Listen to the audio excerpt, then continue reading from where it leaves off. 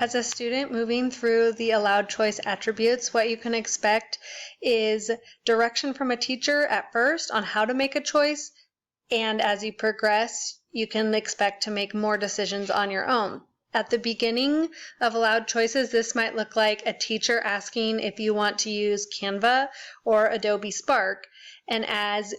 students become more familiar with how to make choices through watching a teacher model the choice process,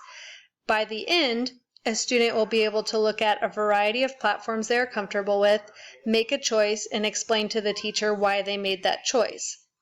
For example, by the end of allowed choice attributes Continuum, a student might be able to say that they selected Canva because they want to use a certain template to outline a historical process